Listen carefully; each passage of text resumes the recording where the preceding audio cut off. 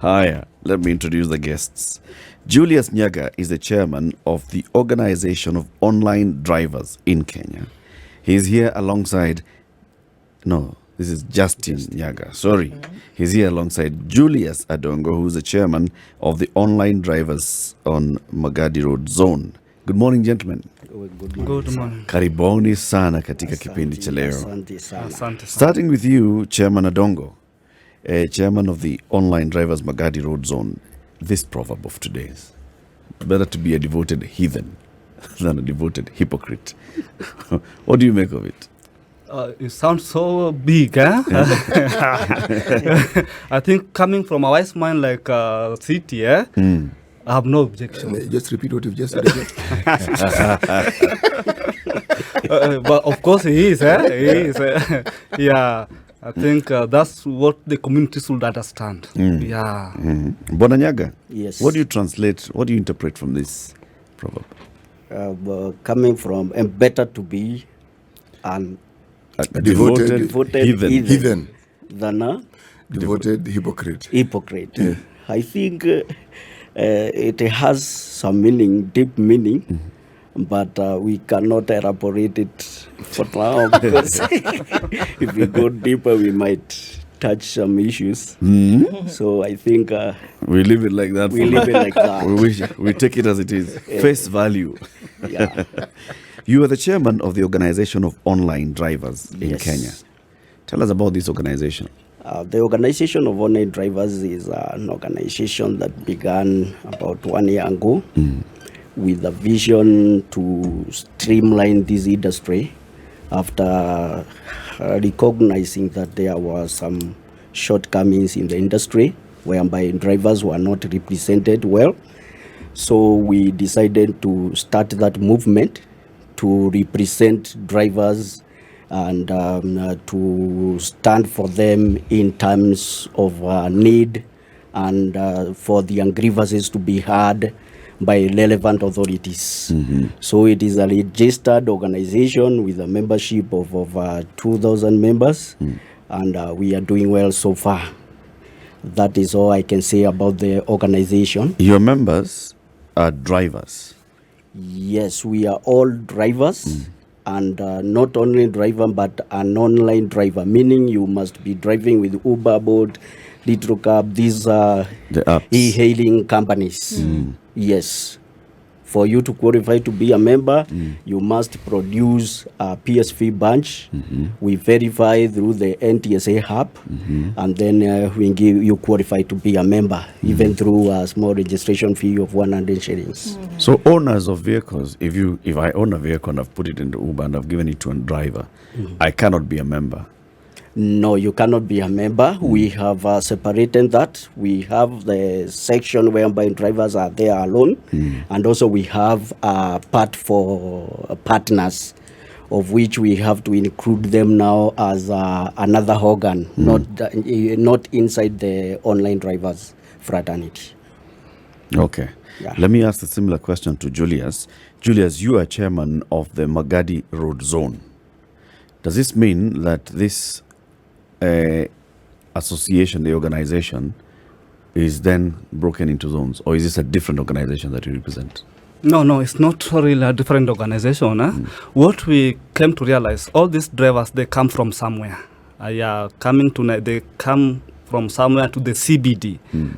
That's how the word zone came about. Because, we wanted to reach as many drivers as possible based on where they come from. So that's Where they come from means what? Where they live? Where they live. Where they live. Okay. Because now that is where everything starts from. Everything starts from there, where you live. So you see, when you get someone in the CBD and you ask him, where are you coming from? That person will tell you, I'm either coming from Kitengela, I reside in Kitengela, I reside in Magadi or Rongai or Kikuyu. So you find these people, they don't know one another, but they are doing the same job. They're in the same company. So then we said, okay, what can we do to at least to reach as many people or as many drivers as possible? That's why how we started zoning these drivers based on where they live. How many zones then do you have? So far we have almost 20 zones within Nairobi. Yes. Yeah. What does this zoning help to do apart from just getting to know each other? I mean, okay, it's great. Well, drivers on the what beyond just being in an association? What does it help to do? Okay, thank you so much. I think these zonings help a lot because it brings something like confidence to the drivers that so and so, or Justin and Julius, we come from the same place. We can start doing something in common because, okay, we are in the same company, we're doing the same job. What can we do to better our future? Number two, this zoning help in planning and organizing because as drivers, you all know it's online and you are independent. Yeah. You see, when you are independent, no, you are you are not answerable to anyone. But when you feel that this person, or we are living, or we are coming from the same place we can start something like a welfare. We can start something like a circle. We can grow ourselves because now we are there already. We cannot keep on complaining day in, day out. We can use what we have to get what we don't have. Thank you. Julius, Justin. Yes. Did you drive taxis before the apps were introduced? Yes. My history is a bit long. I did drive taxis before Uber came in, and it was a better job. It paid well. And immediately when Uber came also, it was a better option because it was like it introduced a system whereby you can get your passenger even without struggling to get him or her. And even the passenger can easily reach you and you can take him from his home just outside the premises. So that one was a bit good to us. We embraced that idea. Later on, the industry continued to become, to change the way we thought it will grow. It didn't. So they started deducting the prices per kilometer. They started introducing other payments like booking fee, and also increased commission charges. So in the end of the day, things turned out to something different from where we began. Okay. Yeah. Uber was good. Taxi without Uber was also good. Was also good. So, you say the numbers increased, things changed, COVID came, petrol went up, continues going up, profit margins reduced. But if there are more people who joined the business, it means your membership grew. Yeah, our membership grew. Yes. And but now the competition also came from other hub companies that came in. Okay. You know, initially it was only one company in Kenya. That the first company, I think, was Little Cab, was trying to come up with that idea. Then Uber came in and took the market. Then it was like all Uber. And even today, if you go to book even boat or any other application, people use that term Uber. So Uber is now universal for all It is all apps. universal for all. But now, the thing is, after Taxify, other hub companies came, they started competition through the pricing. Okay. And lowered the prices. And the prices cannot affect them because they are correcting the same percentage of commission for the drivers. And they have increased the number of passengers. So they are okay, they are earning the same amount, but drivers as a middleman, he is suffering. Actually, I would argue not as a middleman, as a partner. As a partner. As an equal partner, because in the absence of the vehicle and the driver, there is no money for the app and those who own it. It'll just be an app. Okay? So, when you say that there is this, I'm calling it a disconnect between the drivers, owners of the app, are we saying that you have not had an opportunity to have discussions with the people who own this app and to explain to them the problems you're facing? Now that is where the issue of migration and the switching of this foreign application comes in. because one, they don't pay attention to drivers. They dictate everything for drivers. Wakiamua ni hii shilingi 20 unachukua ni hiyo. If they wakiamua ni commission wanapeana, or maybe the whatever wanapeana, without kutaka kujua driver anasema nini. So that's why we are saying we need a company yenye ina pay attention to drivers. Tunaongea, tunakaa chini, tunapitisha na tunaamua vile tutaendelea, because we are partners, we are not employees. And if we are employees, then tuwe declared as employees. Tulipwe kama ni wakati mtu amepata ajali ama medical whatever cover, pension tuwekewe. Kama sio hivyo, then we are partners. We have to sit down and discuss way forward of this business. Okay. Yes. Before we get to maybe what a local hailing app would be able to do and what you think the difference will be, what are some of these issues that we are talking about that drivers today who are operating on the foreign apps, hailing apps, are suffering from? Because I'm seeing comments also coming in that taxi drivers are suffering. What are some of these things? Oh, okay. Some of these things are security issues. You see, these apps, like my brother just said, they care about the commission. Like they care about themselves. They don't care about this person called the driver. And that's why we are here, for this person called the drivers. Or you find a situation whereby when you request app, you are called city. I know him as city. But in the app, he will write himself like comrade. So when you are going to pick someone called comrade, if you are asked, where are you going to? I'm going to pick someone called comrade.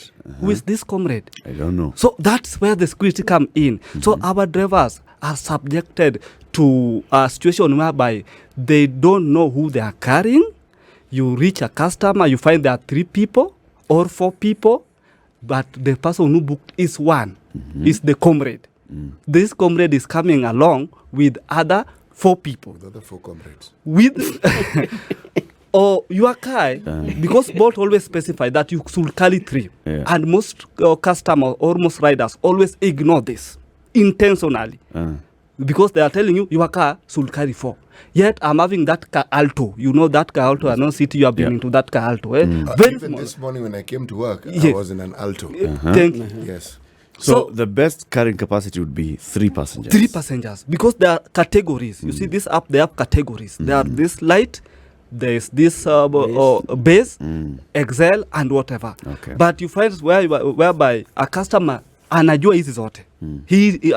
Because when you request, everything pop into your screen. You're shown everything. You are shown everything. But they select the cheapest. For example, from here to JKA, it's around 400. This 400, app company will take 100 bob. Then you reach the JKA, you pay 100 bob for the parking fee. As a driver, you remain with 200. You are the labor. The car you have wear and tear. All those Fuel. things. Fuel. So Fuel. I've heard you say 2 things. Let's go through them step by step. So number 1 is security. Yes. And the security is that at a point when you receive an alert that there is a passenger, you don't get to know exactly who this passenger is and how many will be getting into your car. But you've been told by the company that for this particular type of car, carry a maximum of X, 3, 4, 7. If you are driving a capacity of 3 and passengers come as 4, are you not at liberty to say, no, I can only carry 3 of you? Thank you. I think you are, but sometimes because you see, these app companies, they, like I said before, they don't care about the driver. You will cancel that trip, but your rates will fall down, meaning you will be subjected to deactivation. Comrade will rate you poorly. Yeah. And then the app will also say you are cancelling too many trips. Uko na shida. Yes. And the app does not ask you, why are you cancelling the trip? They ask you that. It's there on the screen. When you are cancelling, you can give that... the reason why. Yeah, but they will overlook that. they will not, like our Jali, they just say, you are cancelling. Because, for example, when you are in CBD at around 4, you will get a lot of requests. So that's coming from River Road or Latema. Of course, you are maybe in Tomboya or Nyayo House. You cannot reach to Jam that customer. packed. Yeah, jam is packed. How can you reach this person? So you will end up cancel like 10 of them. But this app company, because they are international, foreign, they don't know how our city look like. Has it been possible to explain? Because this is something that makes sense. Look, the person who is also hailing, the person who is making the request, sometimes you'll find that, and it looks like we're going into the details, but I think it is important to then be able to understand the full thing. So for the person that you've explained this thing to, look, I am at Letema Road, for example. By the time I try to make it to come to Nyayo House, it's going to take 45 minutes. Yeah. You would not be able to wait. That's something that somebody can understand. Can I meet you halfway kind of thing? So if you can explain to the person who is riding, the people who are overseeing this platform, is it not possible for them to also be explained to the road network in the CBD, for example? Has that been tried? Have they understood kind of thing? Yeah, some do, but now the problem is this. I'm talking about now the platform. The platform. The bosses, as it were. Oh, no. These people, they don't. What they want is for you to pick the customer. Because, okay, you can get a request like 6 kilometers away from where you are. Then they expect you to go and pick this customer. Remember, you are using your own fuel to go for that 6 kilometers ride, only to take this customer a half or 1 kilometers trip. You see, you are making his losses. So our drivers are suffering day in, day out. Let me ask this question: when you get a notification that there is a potential customer who wants to go wherever it is they want to go, do you know where they're going? Does the app tell you where you're going? No, if you don't ask, does the app tell you this person wants to go to this destination? Some apps, no. They don't identify where they are going. They hide that feature.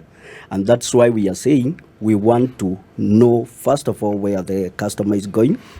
2, the amount to be paid. 3, the discount that is to be given for that trip. Why? To avoid inconveniences whereby I pick up a client here, I'm taking him to Thika, and I can see my fuel is not enough to come back. So because the trip is cash trip, I expect when I get to Thika, I have those 100 or 1,500, I fuel my car back. Unfortunately, when I get to Thika to end the trip, it tells me passenger has been discounted 1,200, so he is paying 300 shillings only.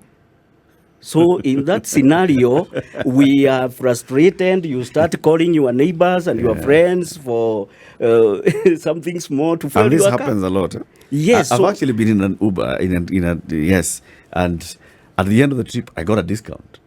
And I remember the driver saying, "Oh my goodness, oh my goodness." Yeah, I get a discount all the time. So because I use Uber every day, rather I use the cab hailing. I only use Uber. I don't even use any other. But the point is, was there a time when you were notified of the destination that your passenger or your potential client wants to go to? Was there a time? Before you picked them? Before, there are. But you see, now the problem is, sometimes you find a customer is coming to, for example, here, and this customer, instead of putting or inserting Standard Group, this person will say, I'm going to Airtel. Because when he inserted or put Standard Group, the fare increased. But when he put Airtel, the fare cheaper increased. by But he will 100 just tell you, please, I forgot. Nipale tumbele. At whose cost? At whose cost? Number 2, about this app company. For example, we are the drivers. They want us to collect for them booking fee. We are not KRA to collect booking fee for them. How do you collect? Because they are charging. They are charging customer when you book a ride. This app company, they charge you a booking fee as a customer. So when you And when I cancel, what do they do?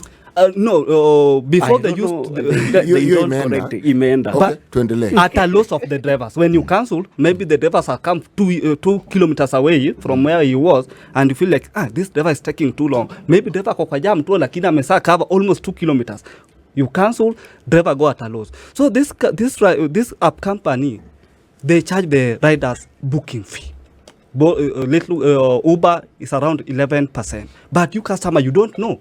So when you request, we'll say, it's charging 500. This is fair. But remember, this money is not going to the driver. Almost 28% or 25% is going to the app company, not the driver. Yes. We'll talk about now the percentages that you have to pay and what you end up taking, so we understand, and then what you are proposing as your solution going forward. It's 7:30.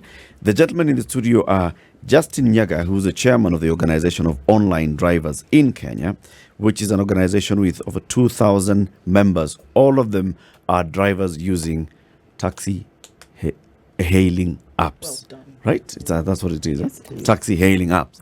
All of them are drivers.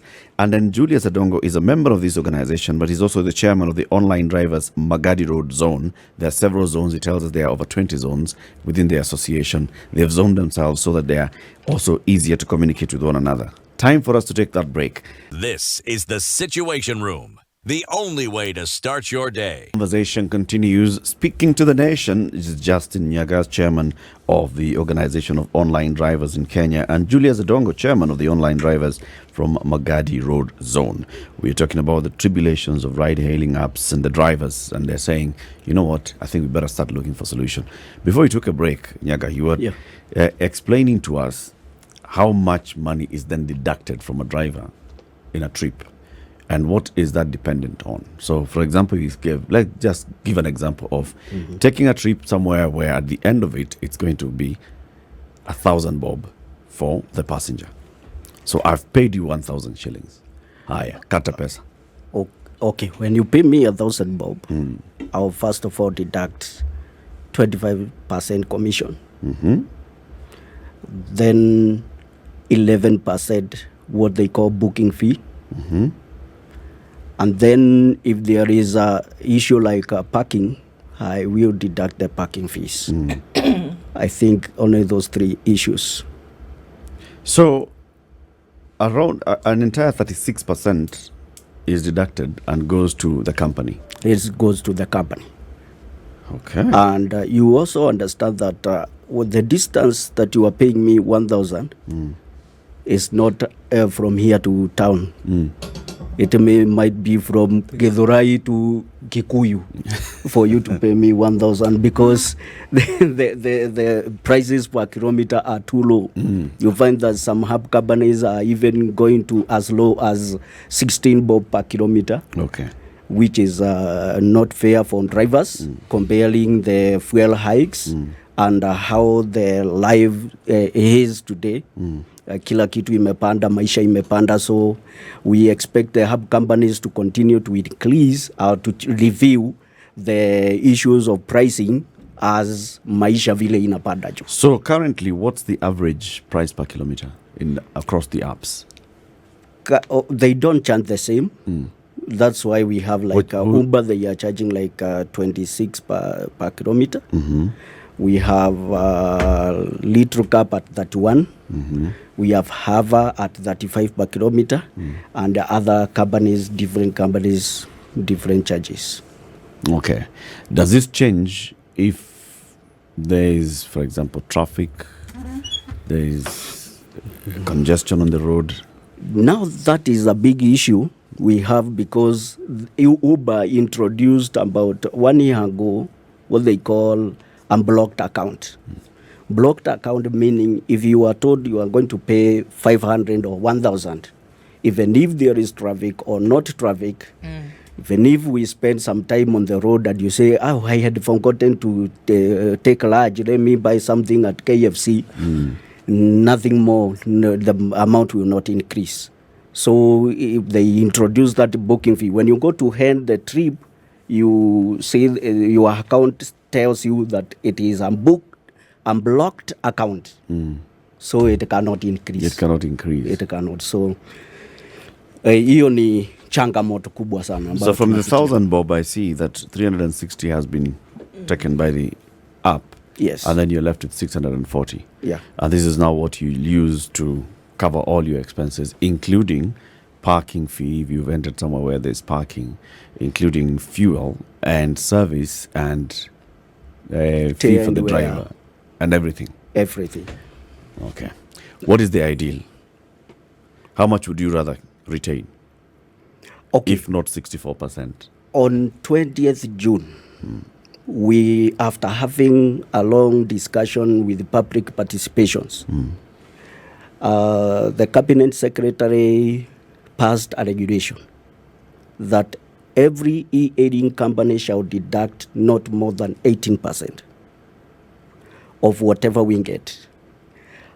It was to be implemented on 20th September for all aiding companies to comply. Unfortunately, they did not. After 20th September, they failed to comply. We went to NTSA, we did our demos and our kelele. After those kelele, they were given a notice of 14 days to comply to the regulations to be deducting 18%, of which until now, what Uber did changed the game. They lowered the commission from 25% and increased the booking fee from 4% to 11%. So they lowered 7% and they increased another 7%, which they claim it is for the passenger. And now this is what we are saying. We want, if this money for sure is for the passenger, booking fee, let the passenger transact from his hub direct to the company, because it is a lot of money. If you book a trip from a town to JKIA, you pay 151 shillings as a booking fee for the other passenger. Then you are deducted your 18% commission. But you're not paying for the passenger, Nyaga. The passenger is paying. It's just that they're giving you the money. Do you know it is How does it work? deducted? Okay, so how does it work? You get into a cab, a cab. You pay the driver. You then remit to the platform at the end of the month, Do kind do of they thing. deduct directly? Or no, because Yes. the driver gets the money, isn't it? Let me come How to do they that. how do they deduct it? When I hand the trip, Yes. they automatically deduct their money in the system. So I owe them You owe some amount. Okay. And if it exceeds to maybe they have got different limits, like Bolt 500, Uber maybe 1,500. If it goes beyond 1,500, which I owe them, they block my account until I pay that one, Okay. so that I can continue. But the point is, when you're ending your trip and the amount that I have been charged is indicated, which I'll also receive on my app, that includes the 11% booking fee. Yes. The booking fee is me who's charged. The commission is you who's charged. But now the problem is, you don't know that you are being charged that booking fee. You as a rider or as a customer, you know that whatever you are paying to the customer, to the driver. For the ride. Or the cost of the trip. Yes. You don't know you are being charged that because they are hiding this to the customer. Now, when you end the trip, or you take a trip from maybe or CBD to the airport, Yeah. which always come to around 680 or 700. Or booking fee. I've not done a proper calculation on that. I don't know the exact amount they charge on that booking fee. But when you say that they should take 18% commission, that is according to the regulation which was passed. Because it's not now a draft, it's now a law that this app should deduct 18%. A maximum of 18%. Of 18%, which they are doing. But they have just come with my brother Mesema from another angle with this booking fee. So as a customer, when you pay me 1,000 bob, all these 700, you will feel like, this is worth. It's worth paying. Giving you this 700 is worth the trip. Not knowing I'll just remain with 400 out of that 700. That's the big issue. The big question. Why are the drivers taken for ride? and we have been taken for a ride for a long time. Yeah. No pun intended. It's actually the driver who's been taken on a ride. Okay, so the argument here is that there's a platform that's being created where you have access to all these riders at the same time, so that because of the initially it was if they bring down the prices, right, you have more people then who are hailing, you have more people who are riding so that you're not, remember how it used to be in Nairobi, that there would be certain parts of the city that you go to and you would find that there would be taxis lined up, people are waiting and you can go and but here it is that people don't have to come, that it can be in this space whereby regularity of travel then is increased, isn't it? Yeah. That you drop off one, and I mean, I've been in an Uber many times where I've not hardly gotten out of a vehicle and, there's another one coming in. Does that make a difference? It That doesn't. You will have many rides in a day, and it will then make up for this issue that we are discussing now, even if the prices are low. Does that help at all? I think you will have many, even 100 trips, But at the end of the day, when you are going back home, you will find out that in your pocket you have 700. That one is around maybe 10 p.m. and you woke up at around 5 a.m. So you will have many trips, yes. But when you do your calculation, they're not adding up. Because, for example, Bolt, they charge minimum around 190. That's the base fare. But when you end the trip, they will tell the customer, pay 110. You see, now, for you to collect this 110 to reach 100 or 1,000 shillings, how many trips will you do? About 10 About 10 trips. 11. And you are a human being.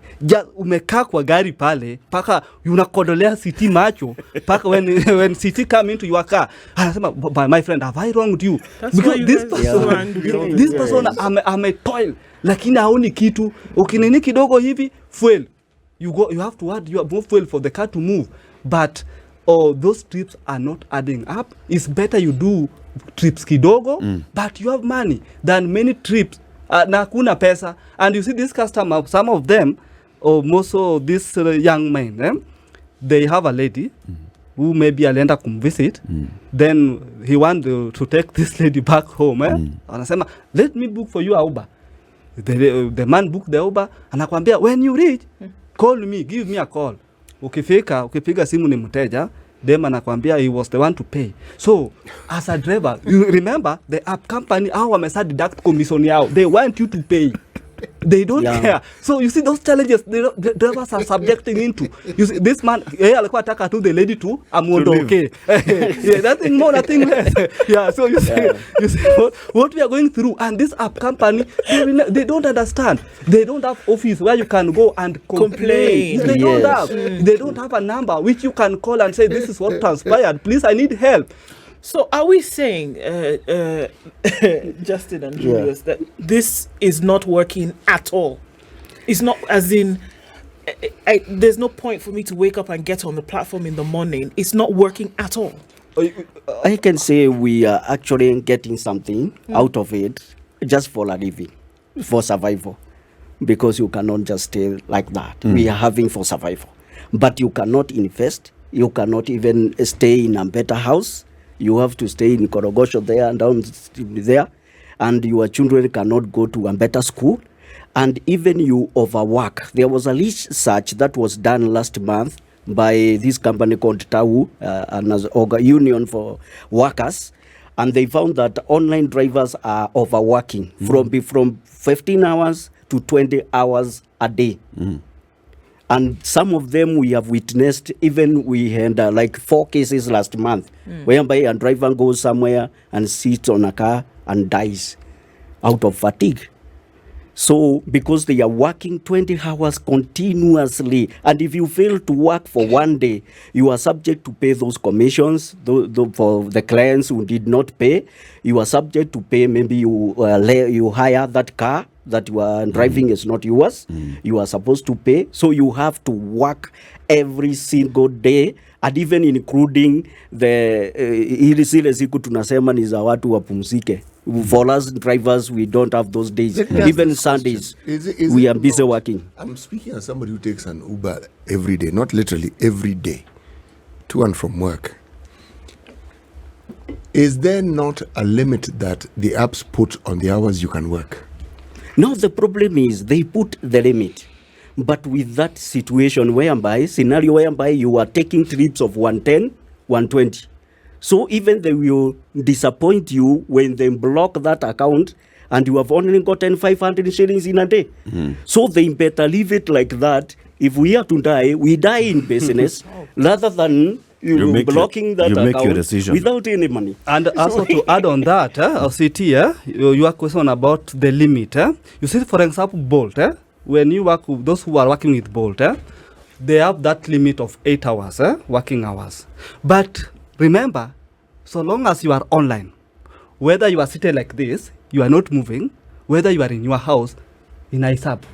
So by the time unapata trip, after maybe 7 hours, you get the trip, they will tell you your time is up. Please go and rest. You are resting, yet you don't have money. So it doesn't count the actual trips that you've made. Yeah, because this one should be subjected to when you are moving, not when you are not moving. Now, the two of you gentlemen are raising issues, and you seem to be pointing towards the international, multinational apps. And your campaign is pushing for locally Kenyan-made ride-hailing apps. Why? What difference would it make if you had one that's made here, Kenya, and another that's not made in Kenya? Okay, let me start by saying this. The difference is because the local e-hailing hubs they give us ears to listen to the grievances we have. But the foreign applications, they don't even give us an opportunity to talk to them. So they are like, they block everything, they decide, and they dictate whatever they want to do. But the local applications, we can sit down with them, we can discuss, and we can raise our issues, and they can hear whatever we are saying. So that's the main difference between the local applications. It's because and they have a local applications. presence. They have an office to which you can go. Yes, even the CEO is here. We can meet with the CEO. We interact. We share the problems we are facing. And so he is a human being. He understands. But now you see the foreign applications are operating under the Netherlands, the Estonians law, and even those call center. If you call your phone, you just need an assistance of something, it will be picked up by someone in Netherlands or someone in a different place that you don't know. There are other hubs even we don't know whether because they don't have their offices here in Kenya. They don't have even the contact persons. We are wondering now, how can we continue like that without someone to reason to our grievances? But it's a free market. If there's an app that is local, there's an app that's not local, it's about the market to choose. Now and those apps to actually promote themselves. Why are the apps not promoting themselves? Why are you drivers still operating foreign apps? I think CT. I'm used to CT because it's coming from Moroni, my hometown. So I think you see now the problem is this foreign app company. They're competing at the I don't know how to put it, but at the expense of the driver, because their prices are cheap. So as a customer, will you go for a cheap rate or I'll go for the cheaper one. For the cheaper one. Yes. So that's why the local apps are not managing. Why are they more expensive? The reason why they are not expensive. Actually, when you look at the local app, you ask why we are pushing for the local app. This local app, even their rates are better, but wamefinywa na hizi or international ama foreign app, because vile ndugu yangu alisema, when you request even a Bolt, you will say, I'm in a Uber. At that time, maybe you requested using maybe Little Cab or Yego, but you are saying I'm in a Uber coming. Why are you saying I'm in a Uber coming? Because deep inside you know. Uber, but the fact of the matter is, I've used Yego. You have used Yego. And you are benefiting. And the Yego company is benefiting. So with time, I'll go and tell Ndu, hey, by the way, I discovered Diego, I discovered Little Cab, and it's actually much better. we are, I'm just asking, why can't the market just be allowed to do the market Should thing? I answer something there? Yes, Chairman. We have a problem whereby all our passengers go to the cheaper, as he has said. And you, as a driver, you are expecting that passenger to request you on Little Cab, which is much expensive. So the only request that will come in is for that cheaper application. So you end up doing it even if though you are not ready for it. Instead of staying the whole day without any other request, you end up doing that one. Now that's why we was trying to do this. We convince all the drivers. Unfortunately, we are so many. In Nairobi, we are like 10,000 or 15,000 drivers. Now to bring them together so that we can say we don't want to work with this one, we want to change to this one, then we force all the passengers to come to this one has been a challenge, although we are trying it, and we hope in the near future we are going to get to there. Yes. It's not the first time that any of the apps have had issues with the platforms upon which they operate. There have been strikes, there have been downtimes, there have been, many things that have happened. There was even at some point discussions with the CS transport. That was a couple of years ago. But then after these discussions, everybody seems to go back to, they do, and everybody seems to go back. So that's what I'm saying. There must be something that somebody had a discussion with somebody. And if it's possible to have that discussion so that everybody then picks up their tools and goes back to work, then there must be a possibility of having a discussion further to address some of these matters, because they seem to keep rearing their heads every time it becomes. But the thing is that you're not left. I think on that, There must be something that's still sweet. yeah, there must be something, and there is something, because, for example, you see this regulation which was passed, is not being implemented. The NTSA should come clear and tell us, are these app companies above the law? And this is to the government, because now we are like any other citizen, and we must be lazima tusikizwe. We must be heard. And this is something you are saying, my sister. It has been there, and it is still there. Na ndio kitu ambayo inakula hii industry, and that's why anytime we try kuteta kidogo hivi, something always come in. Then all of a sudden things are back to normal. But remember what we were talking about, ama what we are arguing about, haijatekelezwa. Ile shida ambayo tulikuwa tunatetea haijatekelezwa kikamilifu. But things are like it's back to normalcy without resolution, ama without a proper engagement. So that's why we are urging the government, please, you promise us a lot. Our president now, Daktari Ruto, you know our issues. We have been you, Sakaja, we have been with you, and you know that these drivers are suffering. It's not the time now. I always tell my drivers, this is not the time to complain. This is the time to ask questions, and we are asking questions to the government.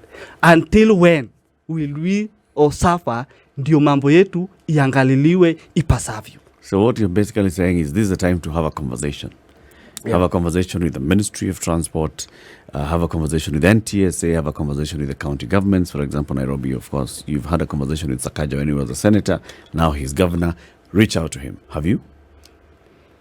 Okay, not yet, because they were preparing to come into the office, and we were like, when you approach those offices, you were told you have to wait for the CS to be sworn in and such things. Now, what I can hand on top of what my brother is saying is that why today are we raising these issues, although we had them before, is because we have these new regulations, which is a law. And in the regulation, it states very clearly that any e-hailing company shall not take more than 18% without any other charges. Then it says we should sit down with the app companies, we write an agreement of price mechanism, deactivation policy, and driver contract. And they are failing us. yet they are licensed. So you just want full implementation of the law as it's written. Thank you, gentlemen, and thank you very much for speaking to us. Justin Nyaga is the chairman of the Organization of Online Drivers in Kenya. Julius Adongo is the chairman of the Online Drivers from the Magadi Road Zone, one of the more than 20 zones within the organization. Keep it here for more conversations coming up in the next hour. It's 8 a.m.